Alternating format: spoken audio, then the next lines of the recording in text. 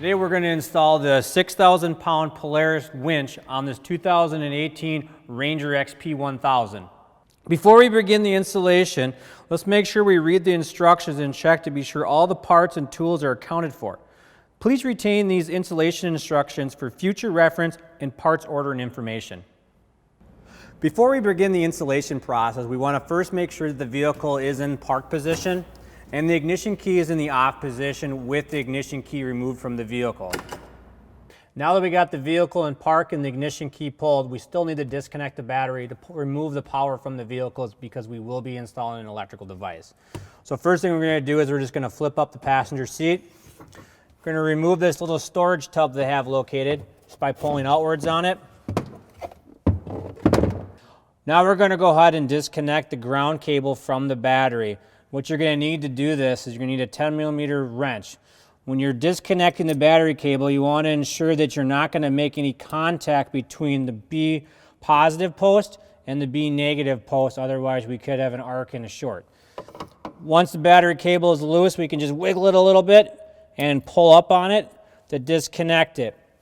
A little tip here is just take yourself a shop rag, and we're going to go ahead and rest it on that battery post and just cover up the terminal itself. We just don't want those two to make any type of connection. Okay, so now the vehicle is safe. We've removed the power from the vehicle, and then now we can continue on installing the winch. Once the battery is disconnected, we need to gain access to the front of the vehicle. So the first thing we're going to need to do is we're going to need to remove the front hood. The hood is held on by 2 quarter-turn latches, one on either side. We're just going to go ahead and rotate those, and we're just going to go ahead and lift the hood up slightly and slide it forward, and that's going to remove the hood from the vehicle. We're going to go ahead and set that aside. The next thing we're going to do is we're going to remove the front grille. The front grille is held in place by 2 locking clips. We just simply got to pull down those lightly and pull the grille out, and the grille comes out just like that. That's going to give us access to the area that we're going to need to install this winch. So the next step here is we need to remove the cup holders from the upper dash. Our vehicle here actually has a windshield installed on it, as you can tell by the bracketry here on the cup holder. So I need to remove the bracket for the windshield and the 2 push darts to remove this cup holders from the dash. So I'm going to go ahead and begin by pulling out the 2 push pins here.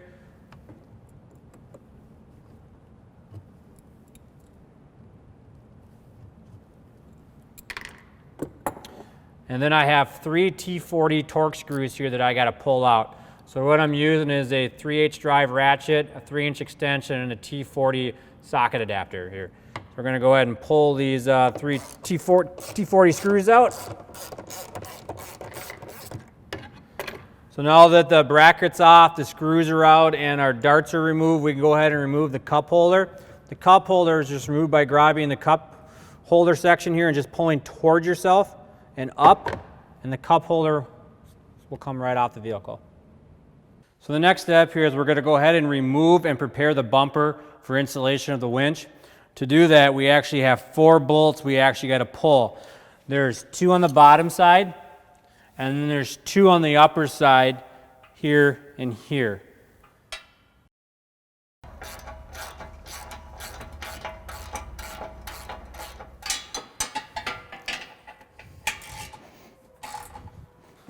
Before I pull these upper bolts out, I'm going to support the bumper so it doesn't fall.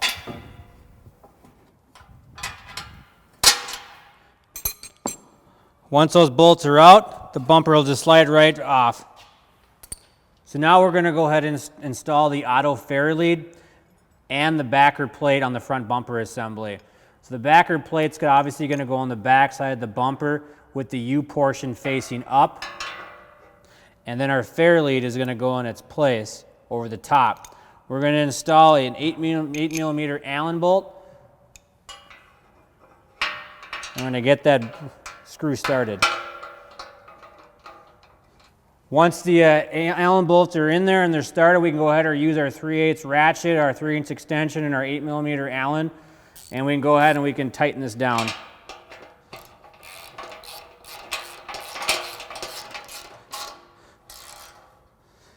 I do want to note though that the auto Fairlead is coming out the right hand side of the bumper. An easy way to know this, there's actually a sticker on the top side, a warning sticker on the top side of the auto Fairlead that should be on the top side, not the bottom side. The next step is we're going to go ahead and hang the winch onto the vehicle. So a quick tip here, once you hang the winch onto the front of the vehicle, the winch is free hanging by itself. It's not fastened currently right now. You'll notice that we got a wire here that's actually going to be pinched between the winch bracket and the front frame of the vehicle. You're just going to want to tilt the winch outwards, and we're going to want to run this wire back up through here, and there's a slot in the frame. We can feed that wire through.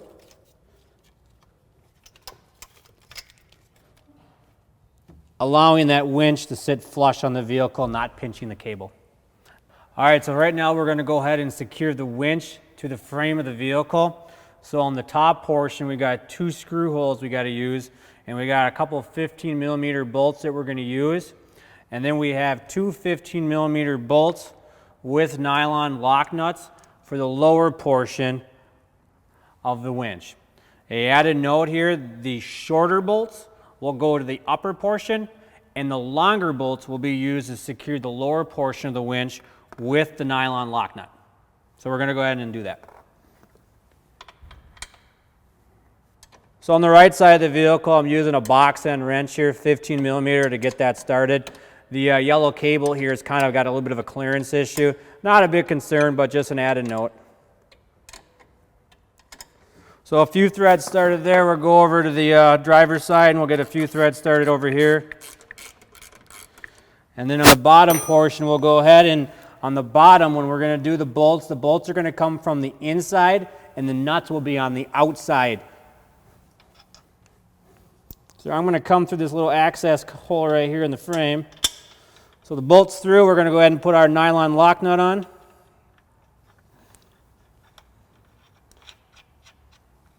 And we'll go ahead and do the same thing on the driver's side. Now we're going to go ahead and fasten the hardware.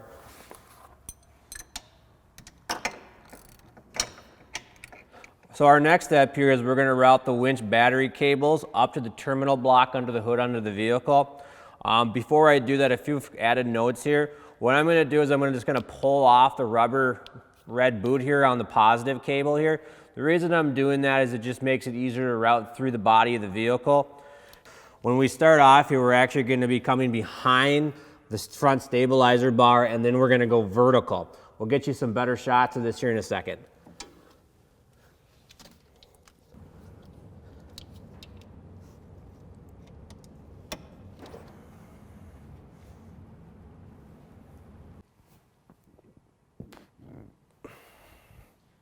We got the cables routed through the body of the vehicle, through the liner under the hood here. I do want to point out that if you look on by the front passenger side headlight, you'll notice there's a cutout in the liner here. That's where your battery cables are getting passed through for the winch.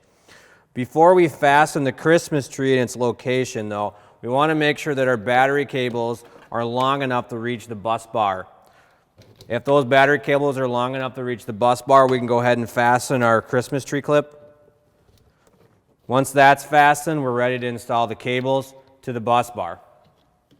Now that we got our cables passed through the body of the vehicle, I'm going to go ahead and reinstall the red protective cap on the red battery cable. We're going to join the red 45-degree ring terminal to the terminal block battery positive post, which is located here. And then we're going to join the black straight ring terminal to the chassis ground, which is located here.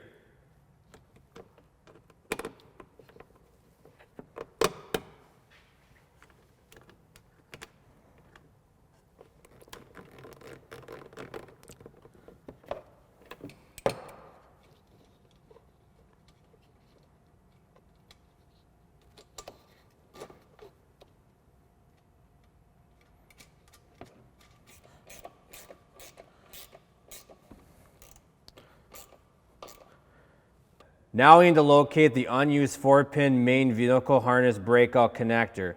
The breakout connector is typically near the left mounting point where the winch was connected to the frame.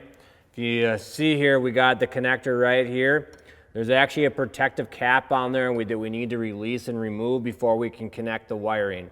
So I just got a little bit of pick here, and what I'm going to do is I'm going to push down on the locking clip and pull off on the cover, and that's going to come right off. So now we can access the connector, and then we're going to go ahead now and plug in our main vehicle harness. So now I got the 4-pin harness connection from the winch, and I'm just going to route it back kind of in front of the gear case. And I'm going to grab that connector that we just took the protective cap off of, and we're going to connect the two. When we connect the two, we want to make sure they are a directional connection, and they only go on one way. We want to hear an audible click. Once it's connected, we're moving on to the next step. So our next step here is we're going to install the wireless receiver onto the vehicle.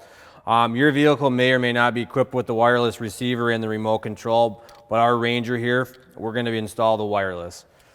So first thing we're going to do is we want to mount the wireless receiver in its location, and that location is going to be down here in the front cab area under the hood. And we have a series of holes here already pre-drilled into the liner. So I'm using the provided torque screws in here. These are a T30 torque screw. Just want to kind of get them all started here.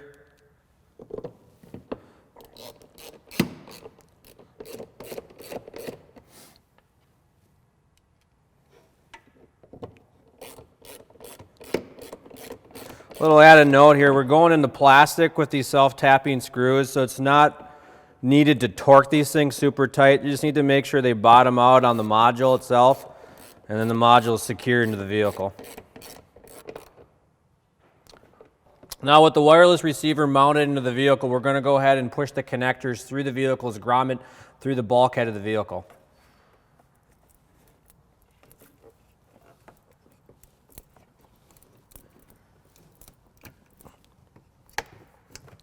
It's easier to do one of these at a time than getting all of them through at once.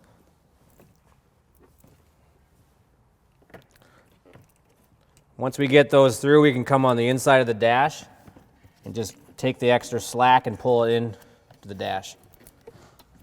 Now we're ready to plug the cables in to the main harness. So we went ahead and ran the wiring for our wireless receiver through the grommet and the bulkhead. So the wire right here that I'm touching, this is part of the vehicle's harness. So that's typically going to be taped in the main harness here. There's going to be a bundle of wires here. So you have to undo that, and there's a dust protector cap on this. So I removed the dust cap on here, and this is the harness we just ran through the grommet. And we're just going to go ahead and make that connection there. So that's connected. The other connector here, this would be if you actually had a dash-mounted winch switch. We do not. Ours is going to be a wireless winch on this vehicle. The next step here is we're going to go ahead and reinstall the bumper onto the vehicle. But first we need to take a few wraps out of the winch here to run the rope through the Fairlead. So what I'm going to do first is just disengage the spool. I'm going to pull out a few feet of rope here. And then I'm going to lift the bumper and I'm going to feed the rope through the Fairlead.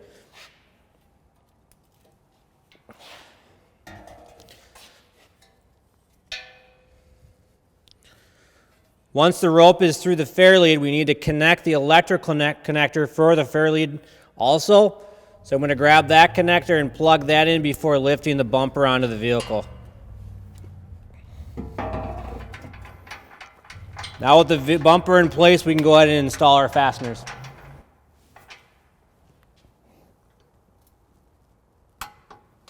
So our next step here is we're going to go ahead and reinstall the front grille assembly. I left the grille assembly out purposely because we had to torque down the fasteners for the bumper. With the grille in place, it would have interfered with our wrench and our ratchet to tighten up our fasteners.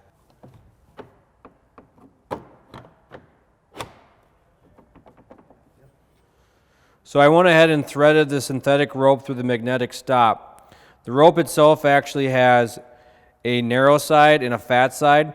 So when you're threading that through that magnetic stop, you want to make sure that the fat end is actually facing upwards going through that stop. It'll just ease the installation process. The other thing you need to keep in mind too is the magnetic stop has two sides with a beveled edge and a flat edge. The beveled edge will face the hook and the flat edge will actually face the vehicle or the Fairlead. So to turn on the wireless remote, we need to hold down the power button at the bottom of the remote. Hold that down, and then the red light will illuminate, and now the remote is powered up, and then we can go ahead and operate the remote with the in and out function.